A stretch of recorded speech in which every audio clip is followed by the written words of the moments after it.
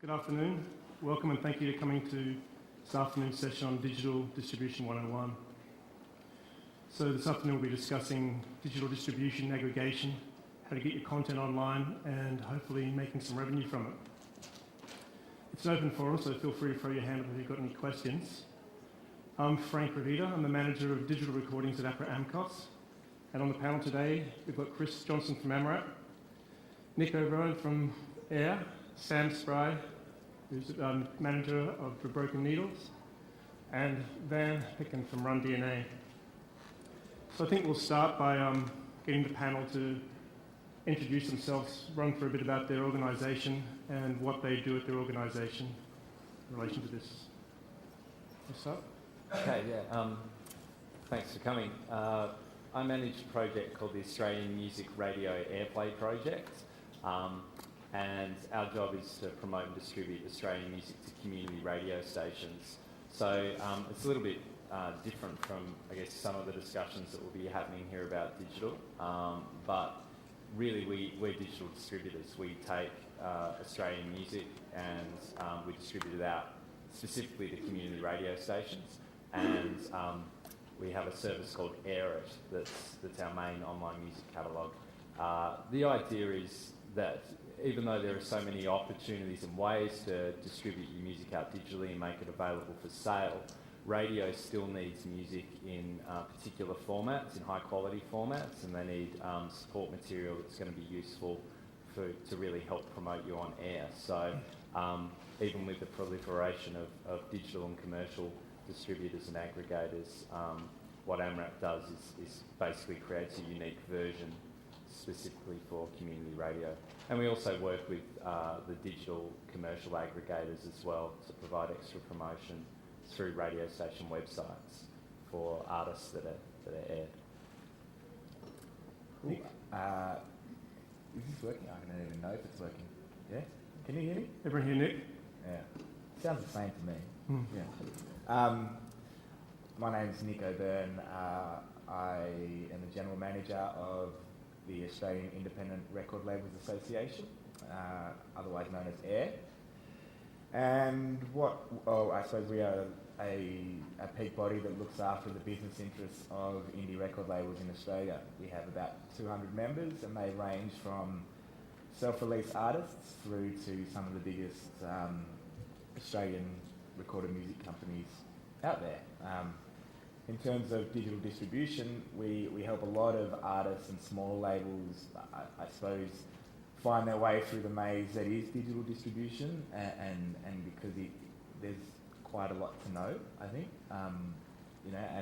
We also do a lot of work with new platforms that are entering into Australia, people like Spotify or Audio, when we're trying to help them license all the music from so many artists. It's actually very difficult from someone overseas to come out here and do that.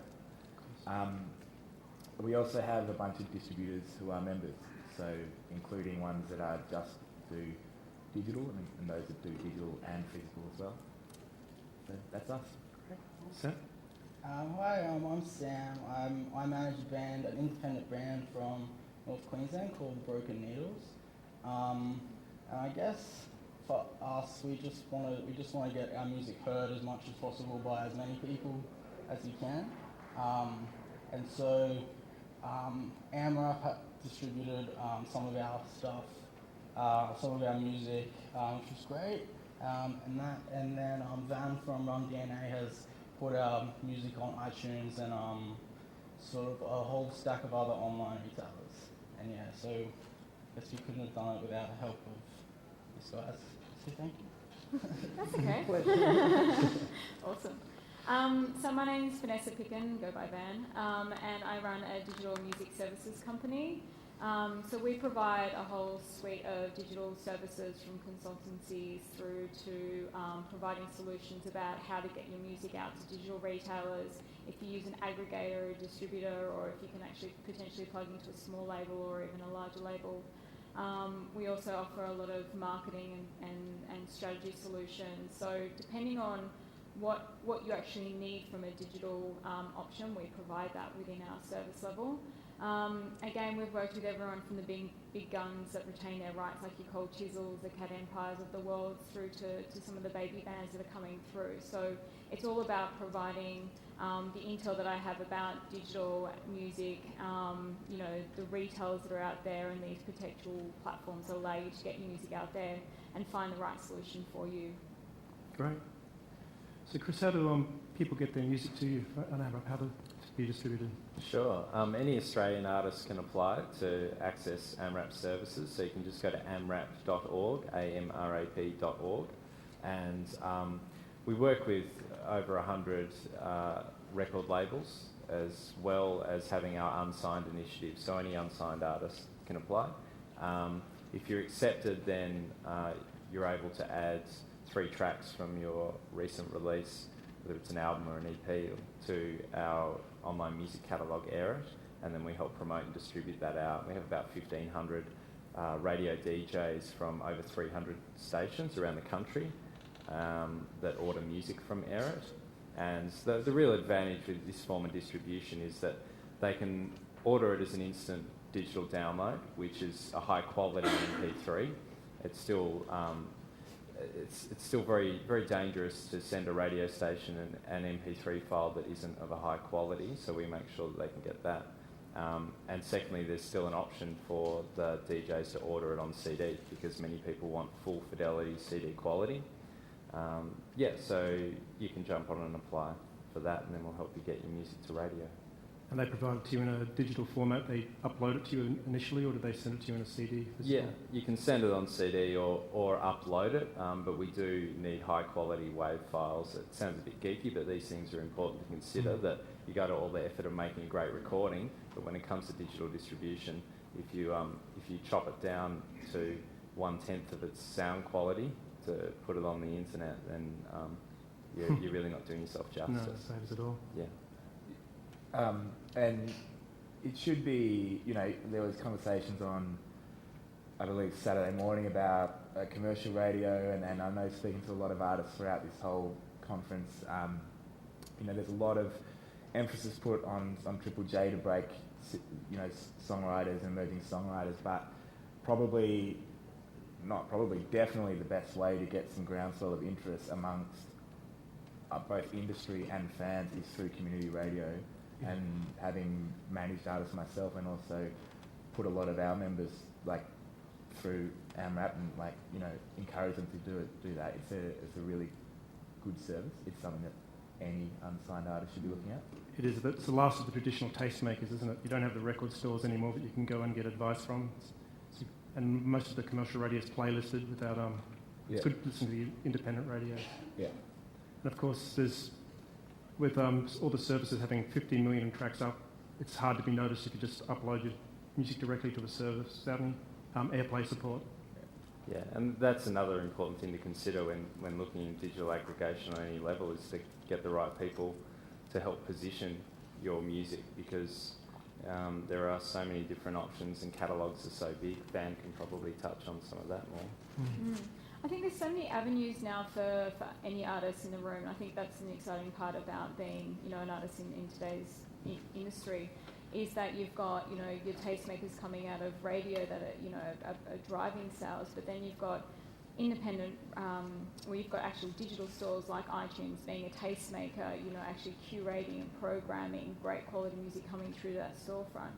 And then you've got bands being able to kind of provide their own intel as to what music that they're providing and sell direct. So I think curation and tastemaking is coming through multiple channels out there in the market, and I think that the whole DIY, or just being able to distribute music through radio or retail or even direct to fans, you're actually taking that first step to kind of cut through that clutter and get yourself out there.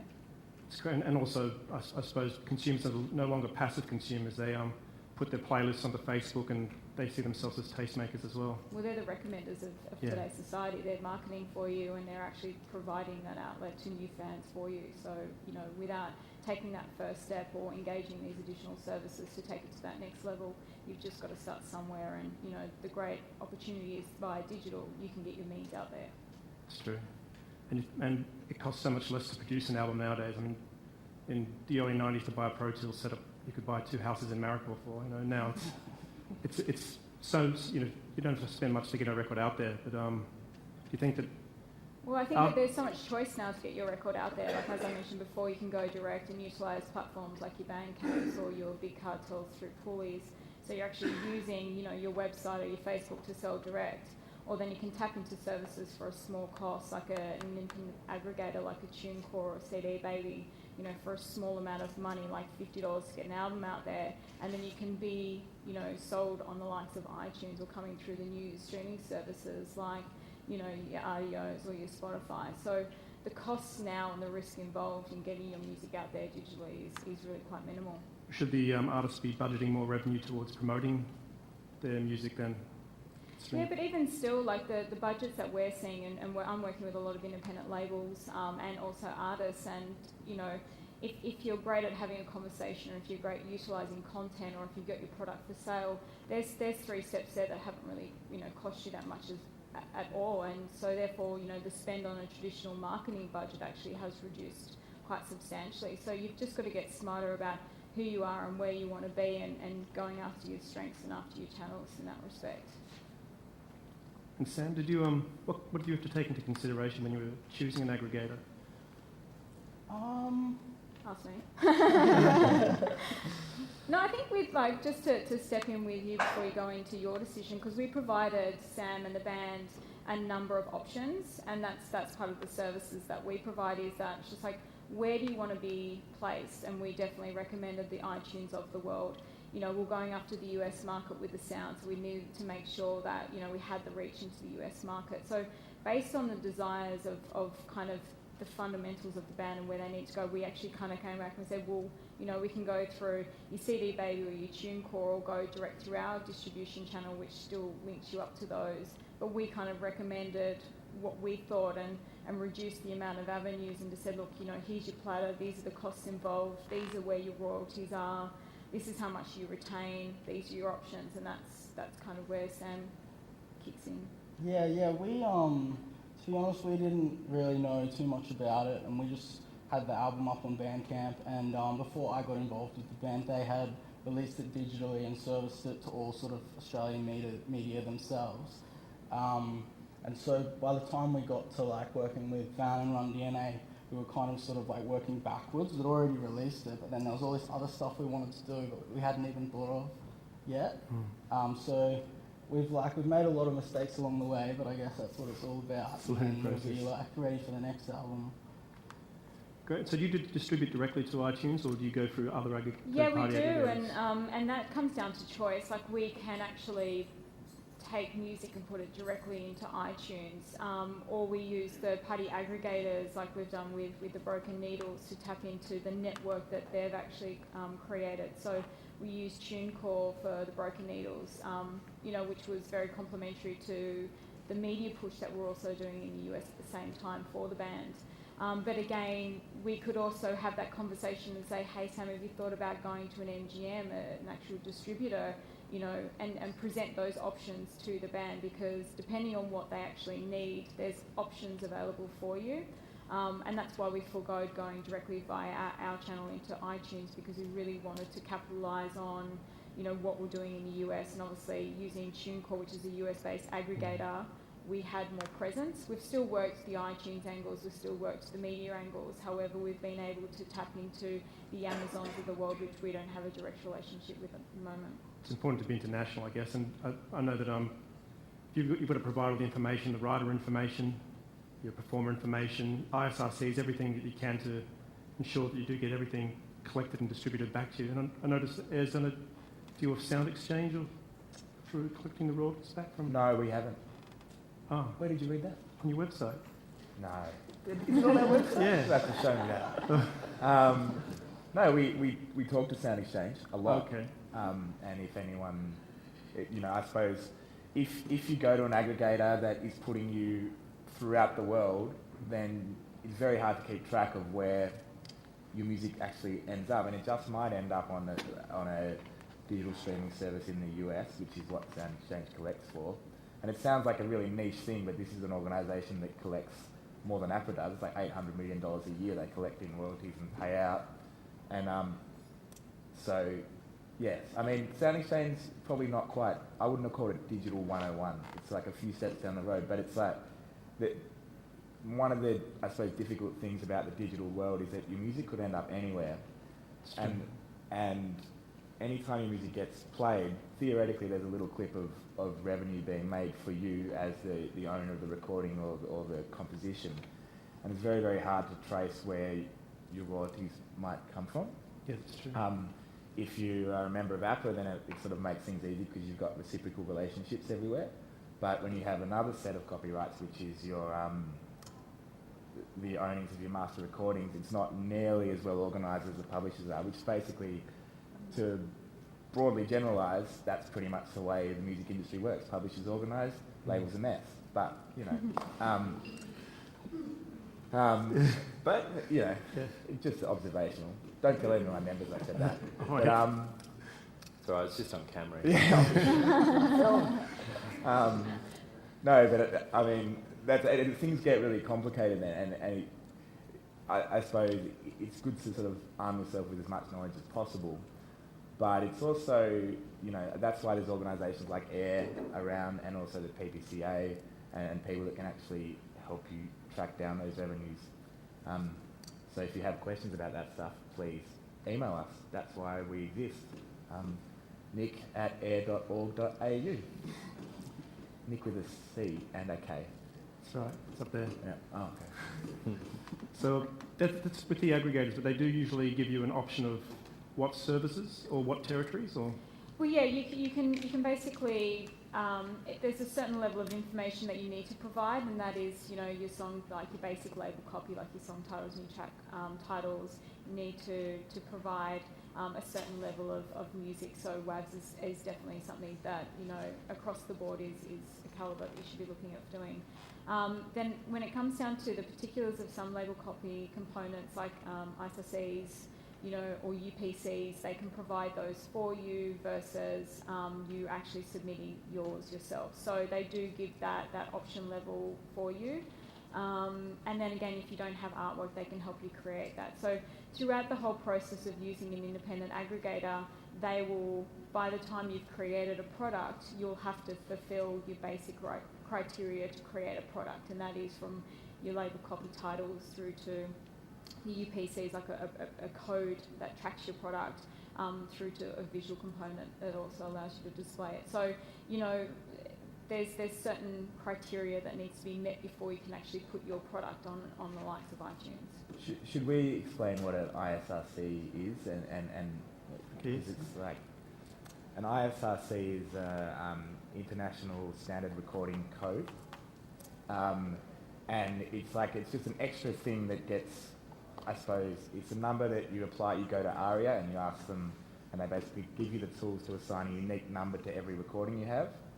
And it's basically an extra layer of data that travels around the digital world with your song, that helps people identify it. So Sam Spry, let's say he has a song called I Love You, and there might be a Sam Spry in New Zealand and there might be another one in the US, and they might have released songs, and they might have released songs called I Love You Too, and it might get played in England, and then when they put in the radio station or whoever says, okay, we owe Sam Spry some money for I Love You, then no one knows actually who it belongs to. So the idea is that there's a unique thing to every song. So we go, okay, well, this guy is Sam Spry. He released a song called I Love You, and the code that comes is AU 2012 25 or whatever it is. And it's going to be different to the other I Love Yous. And it's actually very easy to apply for, and it should start becoming part of everyone's habit, because in the digital world, like so much gets misattributed, and people, if that sort of stuff isn't in place, the money just won't find its way back to you. So it's very easy to do, and it's available on the ARIA website. Yeah, ISRC and writer numbers are very important. Sorry? Yeah. But while the ISRC number is unique to every sound recording, every musical work may have multiple ISRCs. So for instance, if someone does a cover of a work, it's going to get another IC. If someone does a live recording of that work, it's going to have another IC for the same work. So it's Yeah, like yeah, complicated. And with the... Good song though, well done. Yeah, it's a good song. Getting played everywhere. And with the aggregation deals, a lot of the earlier deals had sync involved in the deals, so they'd take a percentage of your synchronization rights. So Yep. if you had whether they found it or not, whether your work gets used on an ad placement or on a TV series, they'd take a cut of your synchronization. That seems to have disappeared from most of the contracts we've looked at. It's kind of weird that there's, a lot of the aggregators that are out there, there's quite a few you can actually choose from, and it comes down to, what you actually want from that aggregator. So from a service level, like with Broken Needles, for example, we wanted to make sure that we got the best reach. However, we wanted to make sure that the band retained all of their royalties as well. So basically, that was a flat fee structure to ingest that product to get to as many retailers. However, 100% of the royalties were then passed on to the band. So that was kind of one of the recommendations and the reasons why we chose TuneCore as an aggregator versus something like CD Baby, which they take about 9% of the royalties, from that band in order to cover their costs for distributing it out there. And then if you want to go into physical, that's another cost again. So with all the different aggregators out there, there's different services that are involved. So TuneCore are now offering a lot of collecting society-based options as well, which allows you to place your product out there, and you've got these agencies that go in there and find all of that bits and pieces, all that money for you, and actually bring that back to your one PayPal account. And that is an additional service. If I want to go into sync and licensing, I can then place it within their services, and they can, go out there and find you those potentials as well. That again is an additional service. So It's an option. it's becoming a lot more modular, and there's a lot more choice out there for a lot of bands as to exactly what you want from that aggregator for your present point in your career or what you need to achieve. So there's a lot of aggregators out there. There's a lot of companies that offer these services as well. You don't necessarily need to just go to one particular company. You have the control to pick and choose. It really just kind of comes down to what deal you want and what avenues you want to take it. Can I ask your opinion on, what you're talking about, where people, somewhere in the fine print, they talk about how they might take some money off your sync. I have a personal opinion on that, and that I think it's, unless they're really working hard at getting you sync opportunities, Yeah. that's a pretty dodgy behaviour, because if someone else was to find you a sync, then they're just going to cash in on that. Do you have an opinion about that? Does APRA have an opinion about that? Well, I think you have to be very careful with everything you click to agree on or read every contract. There's heaps of services out there that are masquerading that will showcase your music while they're earning revenue from it, and some of them are actually keeping the right to use in a commercial sense as well. So I think you really have to read everything very carefully. Because there's not many truly altruistic services on the net that really want to help artists. Yeah, I totally agree. It's also worth considering, what is it that this business is actually qualified in doing? What is their core business? If their core business is, yes, they can get you to digital retailers, great. If they're also saying, tick here and we'll go and pitch your music to television and commercials for sync deals, I'd kind of ask whether they actually have the expertise to do that, or whether it's a little bonus that perhaps they'll capitalise on if they can. It's not only the expertise, I also get really worried about the volume that's going through to those services, and at the end of the day, it's just kind of like the whole point about, trying to work with bands and labels and whatnot is cutting through that clutter and providing a service that you can actually physically go in there and talk to iTunes and present that music and go, this is great, you live with it, and if you like it, you can program it. Or going into, a blog or a media outlet, or presenting it to an agency that does work with sync and licensing. It's actually providing a service rather than just providing a number that goes on a spreadsheet that gets sent to that service provider. And I think for me, that's where I get a little bit I want to know as much information about the other repertoire that's being pitched at the same time as that particular band. I want to know the volume. I want to know exactly when you're physically sitting down with them versus sending spreadsheets. Like, that level of intel, I think, is key when you're actually paying for a level of service. And that service is service, not ones and zeros. Can I offer a counterpoint? This is just going to confuse everyone, but But your point before, and I think it's like quite, it's a good thing, is that when you pay a lot of these like TuneCore or Reverb Nation, where you might pay an upfront fee and then there might be an annual fee for that point onwards for your distribution, and they don't take a cut, which is a nice thing. But the flip side of that is that if you're working with someone that takes a percentage, then they have a vested interest in your success.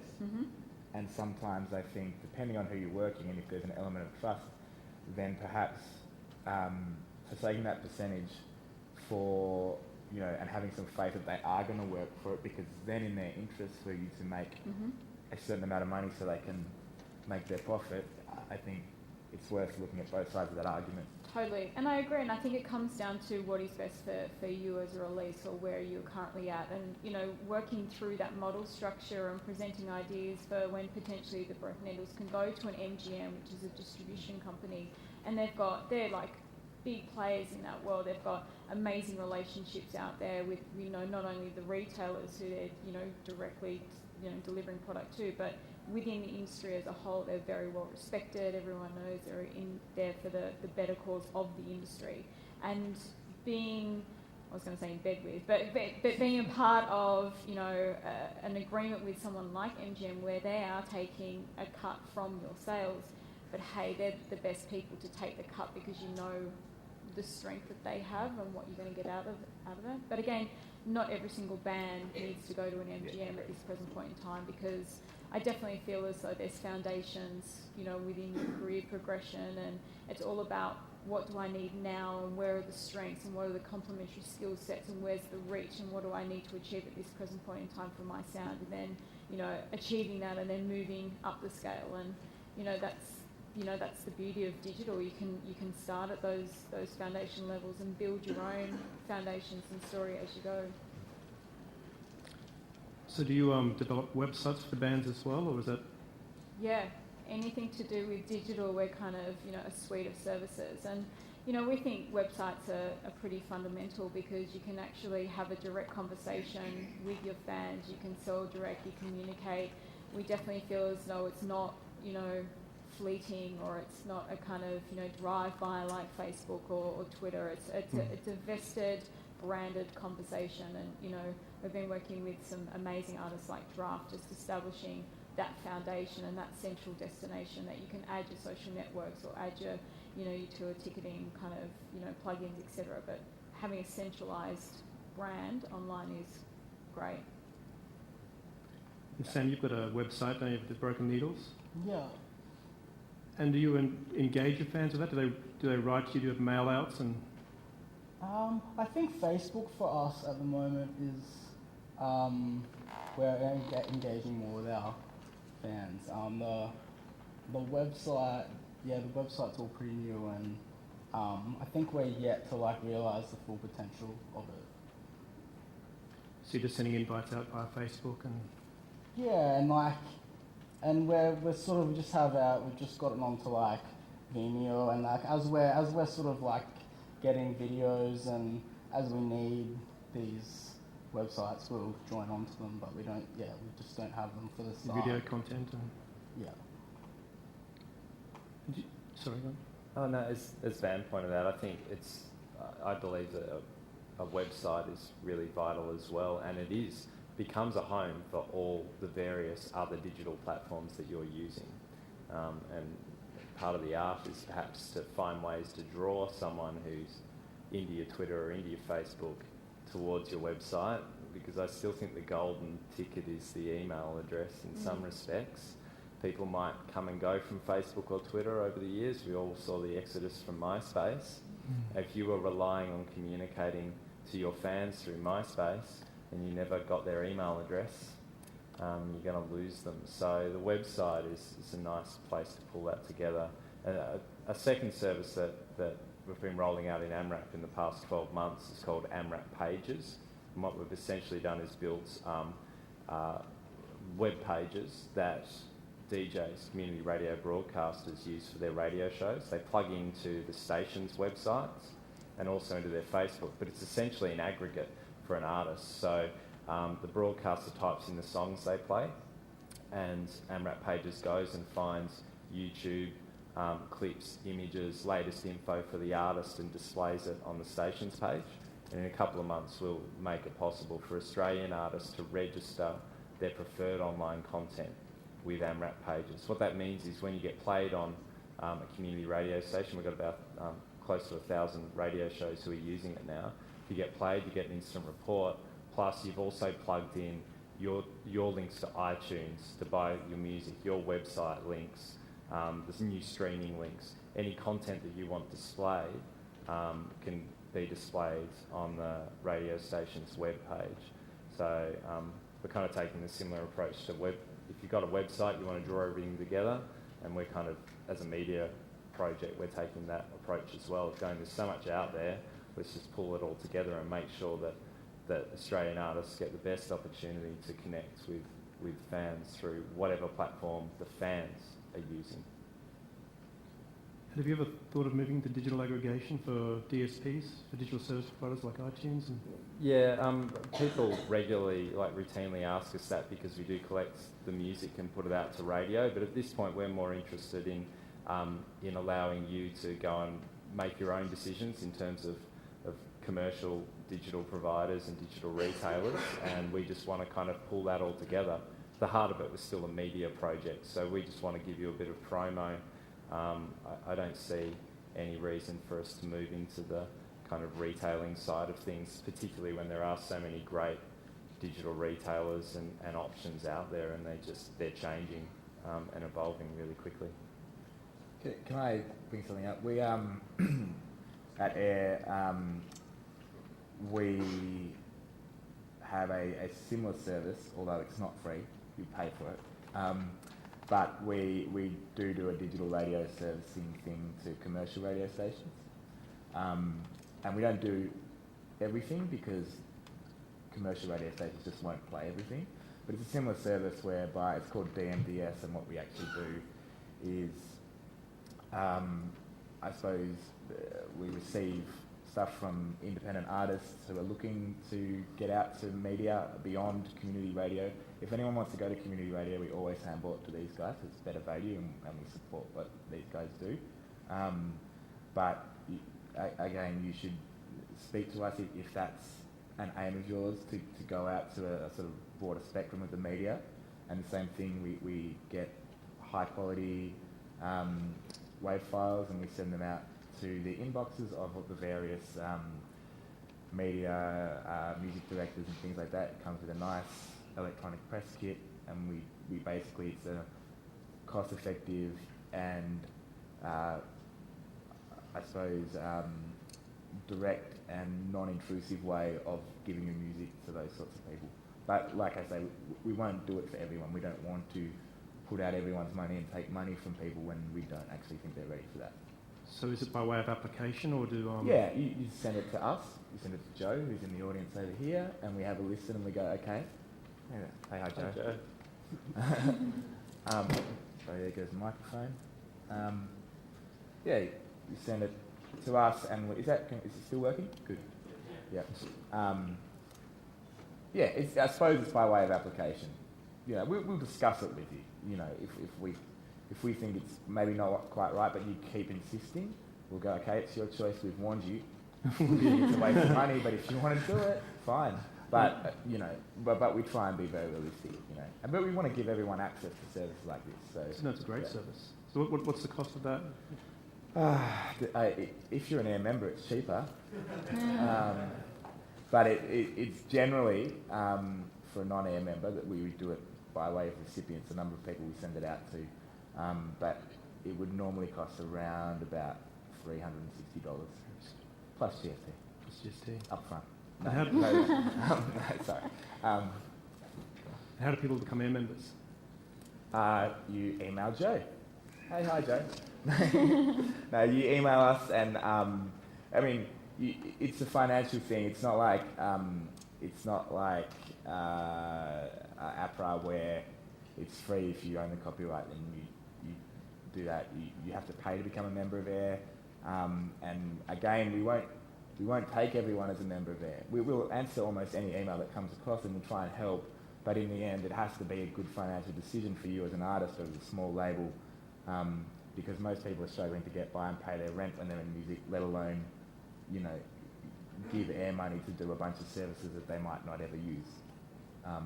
So again, that's a discussion that we have to have, and we'll have that discussion with anyone that wants to. Thank you. Is there any questions from the audience? Yes. Just with your comment about you start off at one level and go from there, one of the few people talked to me about their sign up for CD-Bank and they clicked on the sync thing because CD-Bank is promoting the YouTube. Monetization of YouTube, yeah. Yeah, monetization of YouTube. If they've clicked and sign up on that and then sort of maybe utilising your service or something like that, going to the next level with someone else, how easy is it to get out of those services? Those others versions? Look, the way that I look at the service business that I run, it's all about making sure that you're kind of working across all your channels as well. So utilising CD Baby to get your product out just to the likes of a retailer or into a single licensing is really only one component. And I think it's also working out how you as a band can, you know, create content, create a conversation, create engagement, create that kind of cut through the clutter. Then hopefully that music will also get to the sync and licensing person, and that would make sense, and then they will kind of promote it, therefore you can make some sales. Like there's so many pieces to the puzzle. I think that digital just makes it so much more accessible, and having all of these individual companies out there that can offer you these channels specifically for you to control just allows you to kind of take control of your own release. So it's actually an exciting part of the whole digital aspect. I think that, you know, just putting your music out there to a sync and licensing or to a retailer is just one step. You've still got to create your noise and your story to complement that really more than anything. You know, at the end of the day, we provide a service that does get product to iTunes, but again, for them to program it, they want to know what you're also doing. They want to know kind of outside of the quality of the music, because they're very much tastemakers and music nerds, really. They want to make sure that, you know, consumers can understand, you know, the music as much as they understand it as well. So are they touring, or are they kind of on a new commercial, or are they on Triple J Unearthed, or, you know, what is happening within their story that makes sense for them to program it as well. So, you know, getting it out is one thing, creating your own story and your own noise is very complementary, I think. Yeah, I was thinking more, you know, like you mentioned the engineering. I think if someone from doing it all themselves and all the real facets, so they can be picked up by a distributor. Yep. Is there a problem with having already got the aggregators involved? No, because you can perfectly just take it down. Like the ease of takedown or the ease of that conversation, I think it's all about right timing and about what you've achieved, all that you can achieve within your current independent team structure, and then taking it to that next level where you need a little bit more muscle or you need a little bit more reach. And the ability of using someone like a TuneCore or a CD Baby, you can actually take it down and control where your releases are at any point of the cycle. So I think that's a really great way of saying, okay, well, I need to now, as a manager or as a, you know, looking after a brand, I need to start to have those conversations further down the line. So when I'm ready to make a deal, I can take that product down, switch it over to an MGM and get that muscle involved at the right time. So it's all about control, and you've got so much control using a lot of the companies that are out there. But it's worth when you're trying to make the decision actually about which aggregator you're going to use. It's worth making, like, just checking out how you're going before you sign. It's like, how am I going to get off this if I need to? Yeah, they all have different termination clauses and periods for how long it takes to opt out. Yeah. And it's worth understanding that almost without exception, any person that is going to distribute your music physically will want to take your digital As well. rights as well. So it's very rare that you can give them your CD and keep everything yourself digital, because in the end, right now, I don't know what the stats are, but it's maybe 30% of revenues, and they're not going to cut themselves off from that 30%. They want to make money from your release, so they're going to want your digital. Especially when they're making more margin from a digital-based file than they are pressing a physical CD. Yes. Hi, I've just got two questions. One's for Chris. First off, what's the future of AMRAP poll in recent media? Just out of interest, if there's it's obviously continuing, but what capacity and what sort of funding? So AMRAP wasn't included in this year's federal budget announcement, which is quite a shock and hugely disappointing. But we've had contacts with the Minister's Office, Minister for Communications, Senator Stephen Conroy, and the Department of Communications who fund AMRAP, and they've said that they're working fast to try to find solutions. So it really hasn't been the case that there was any intent with this not making the budget, and there seems to be every intention from the government, from what they're saying to us, that they want to fix it. So we're... provide a valuable service, so I'm saying it should continue something into what capacity that's all. Yeah, well, thanks for providing that feedback. We think we do a pretty good job as well, and we've worked very hard over the past few years. I think that we're in a position where the government wants to talk and the department wants to find a solution, and the Community Broadcasting Association and Broadcasting Foundation are also working on finding ways for us to continue and carry on. So yeah, I'm optimistic that we can stay on track, and for me and my team, it's business as usual. Yeah. My other question was for, I guess, everyone, and Van asking, what value do you find indie distributors like MGM have both on a digital and physical realm these days, when it's really the main plugs go into what makes the money, and thousands of releases go unnoticed at both the retail and iTunes level, if you like. An MGM example would be 2 years ago, where it was John Butler, and there were probably 6,000-7,000 releases put through MGM that year that opened them, and they wouldn't have ever seen the light of day or any promotional material from them, because they're going to pick the horses that win. And that's the case with every distributor, especially the indies.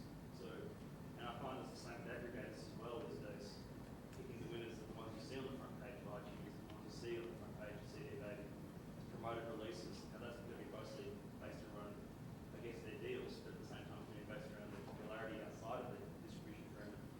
So how would the smaller guys get noticed in that regard? And if there's any tips you could provide for upcoming bands who aren't quite John Butler trios or Rurals to get that next step up?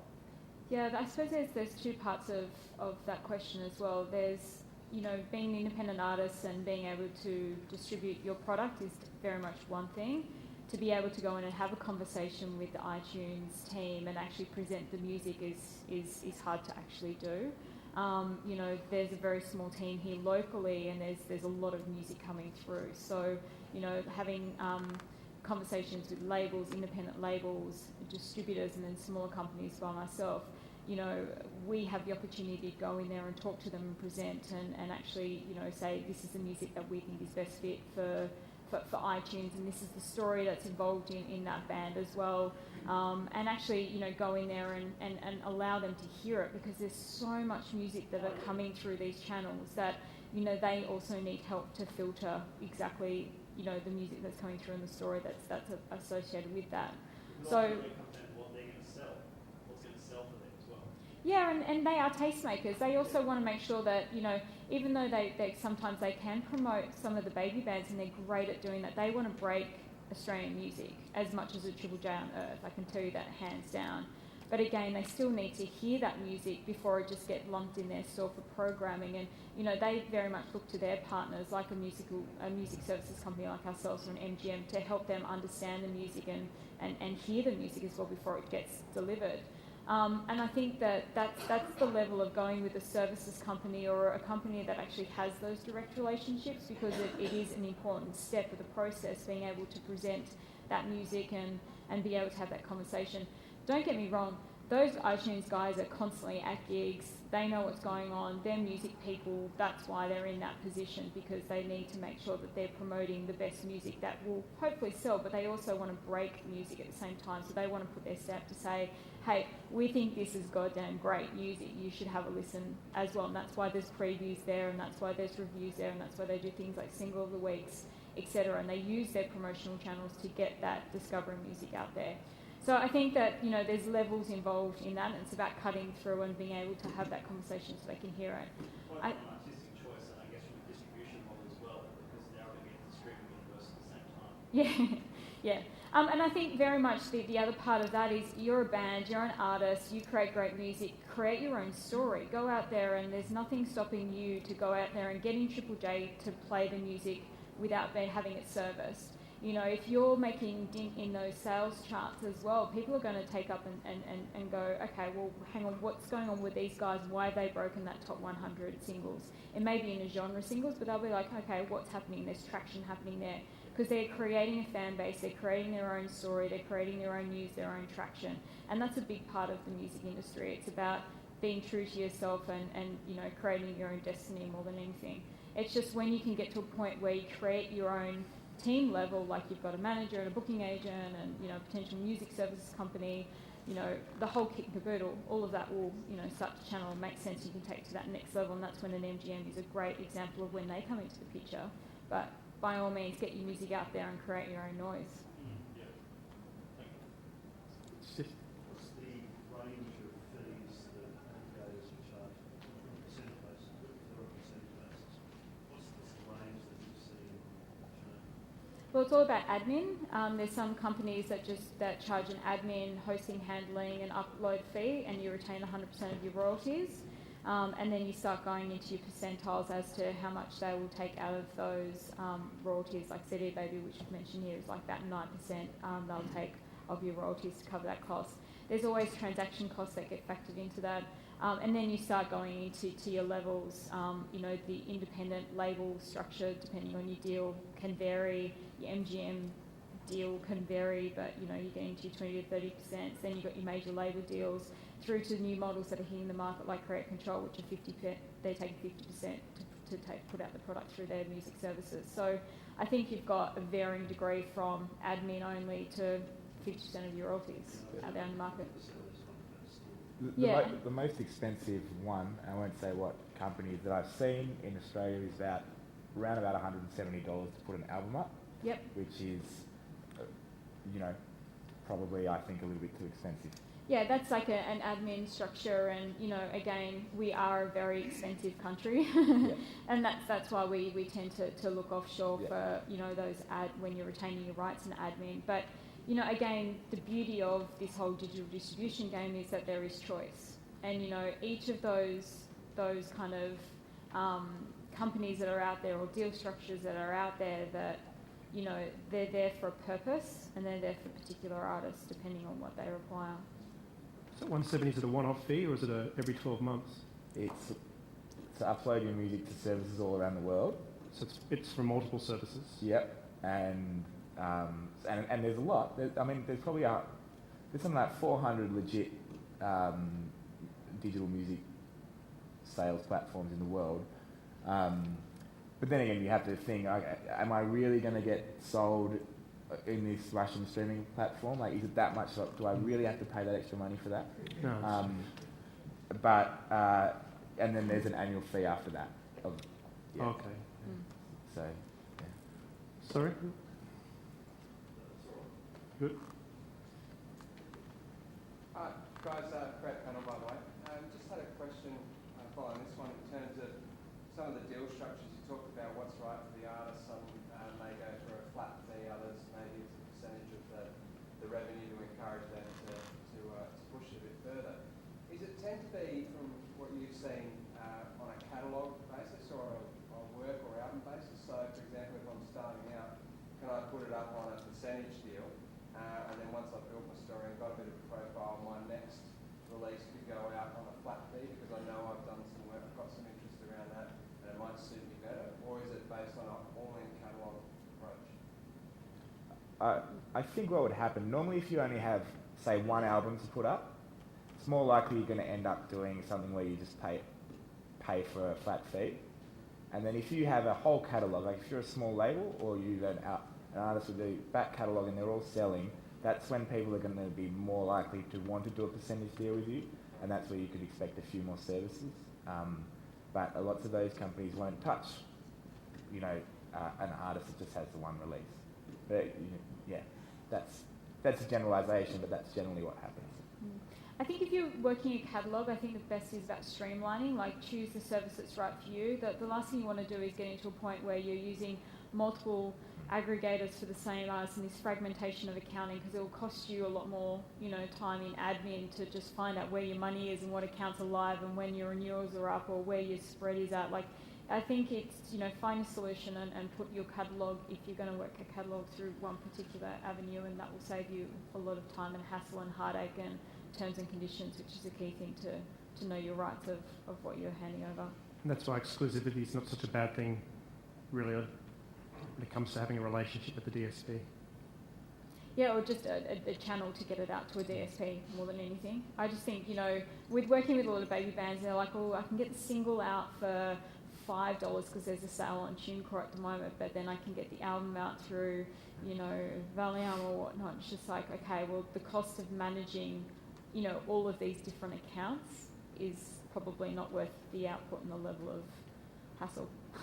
So it's fine, do the research and upfront and then work your best channel. I hope I've got the pieces of the jigsaw right. You mentioned an ISRC number for a song to be on there. So you need to, or can you get one for a film clip for YouTube?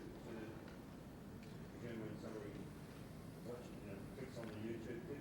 The sound recording, The sync royalties with that as well? Is that well, the ISRC is for the actual sound recording. Right. So if it was a sound recording that was attached to a film clip, it'd be the same ISRC as on the original recording. If it was a live recording, then it would get its own independent ISRC for that sound recording of the musical work. And you apply for a different number for some ARIA. ARIA PPCA. Yeah, for every new recording of the work, you'd apply for a new ISRC because it's a different recording, different sound recording. YouTube what has a thing that that basically, again, you probably have to be at a point in your career where you would see some revenues coming in from the advertising that goes around and the streaming royalties that go around your video. But they do have a fingerprinting process, and you can apply to, I suppose, for them to make sure that if they recognise that someone else has put your sound recording or your video and used it and you own the copyright to that, then you have a choice whether you force that person to take it down or you can let them keep it up, but claim any revenues that come from that particular video. Which is great. I think that's a great one. Which is a pretty smart thing to do.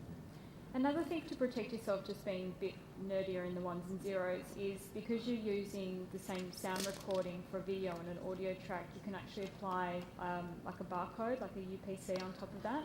So that will allow you to track any sales that are coming through or traction that's coming through a video versus the same, which is an audio recording of that. So a UPC is pretty much that level of detail that's required on top of that sound recording. And you can buy them... UPC is just a barcode, right? Yeah, barcode, yeah.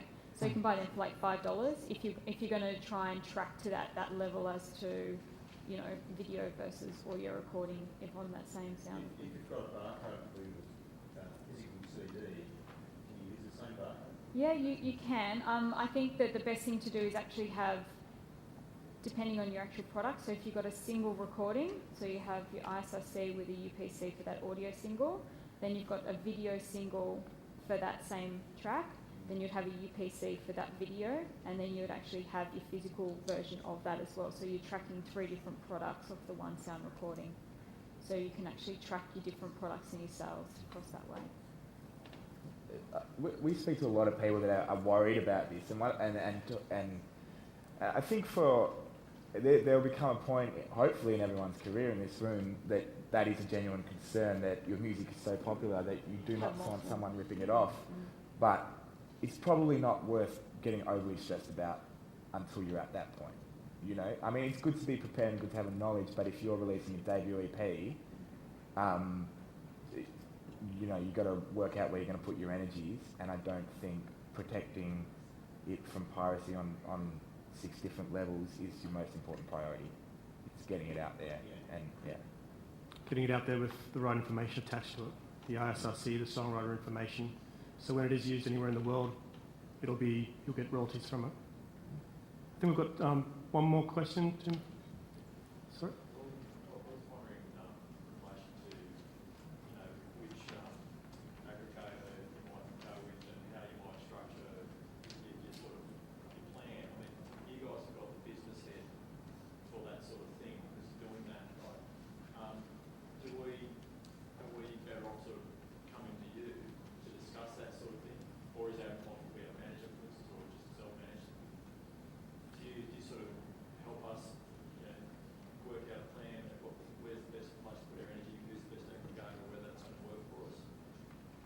I think the best thing to do is if you can do your own research first. There's a lot of information that is actually available on the net based on putting in. I Google everything. I can't help it. No matter how much I think I know, I still Google something per day and I find a new answer for it. But, I just kind of like, what digital distributors or music aggregators are out there, and you'll find a whole suite of sites and articles that actually give you the pros and the cons for each of these different aggregators and the cost structure that's involved. It's all available for you, and I would say start at that point just so you can get your head around some of these options that are available. If you're still unsure, there's a number of service or industry bodies that are out there that you can tap into that can also provide that level of information for free. And if not, then you've got music services companies that you can tap into as well for a cost. So I just think that when you can Google things, I go Google it first, and I know it's such a horrible response, but there literally is so many sites that are dedicated to this one question. There's some very useful tables online too. Oh yeah. To make it simple. And it literally is pros, cons, cost models. Like that's it. It can tell you if you sell 300 singles, this is how much money you're going to get by the end of this model. And they're the type of that's the type of information that is available, and it's all out there, and it's amazing. And the more control you have over your placement and what you need, the better decision that you'll make for you as an artist. I'm not sure how much time we've got, but it would be really good for us to talk about direct-to-fan things, models, because you've got a Bandcamp page, I saw, and that there's ways to sell your music digitally without needing to go through these people, and we should discuss that. I don't know if you want to talk about Bandcamp a bit. Well, we've got the whole album. I guess what we get the most out of Bandcamp by having the whole album up there for streaming, and it's like great to see it getting listened to, and that's what.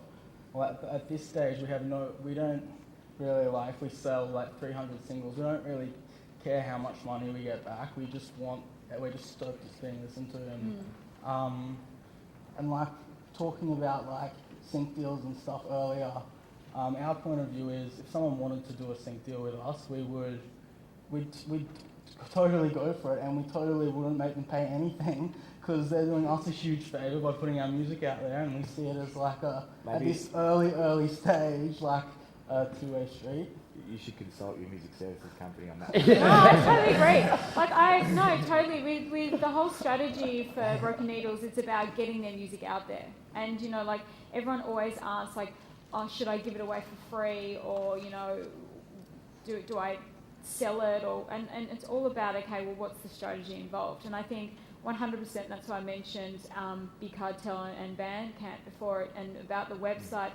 The whole thing about controlling your own kind of centralized location is so you can plug in things like Bandcamp. Bandcamp can actually be your website. You know what I mean? Like it provides you with a unique URL, so you can point people directly to buy or stream, free download. You can do marketing initiatives. You can sell merchandise. You can do whatever combination you want. It's a great site to have, and it's not the only one. There's also things like Big Cartel. There's other options out there to go direct, but I think we do recommend Bandcamp because it's so easy to do. Like if you can just create a cover, a cover picture that's about that big, you can create a Bandcamp site. Yeah, there was probably only 2 years ago. It feels like ancient history now, where if anyone had asked me, I would have said you need to have a MySpace site still, because every time at that time that I was looking up a new band, I would write the band's name followed by the word MySpace into Google, and I looked them up. But now Bandcamp's such a better option, and like you say, there are other ones, but it works as a press kit. You can stream everything, you can give your music away in exchange for an email address, and we were talking about money. There's no one taking a clip aside from maybe PayPal. Yeah. In the end, Transaction. if you're selling the music, if I have a CD in my bag and I give it to you for $10, I get to take $10. But if I have to go through Chris, he's going to take $3 along the way. $3.50. Yeah. But this Bandcamp basically means that I don't have to deal with Chris anymore, and I can just give it straight to you. And there's other platforms that do that, but I think it's like selling. That's the best way to sell direct to your actual fans that you have email addresses of.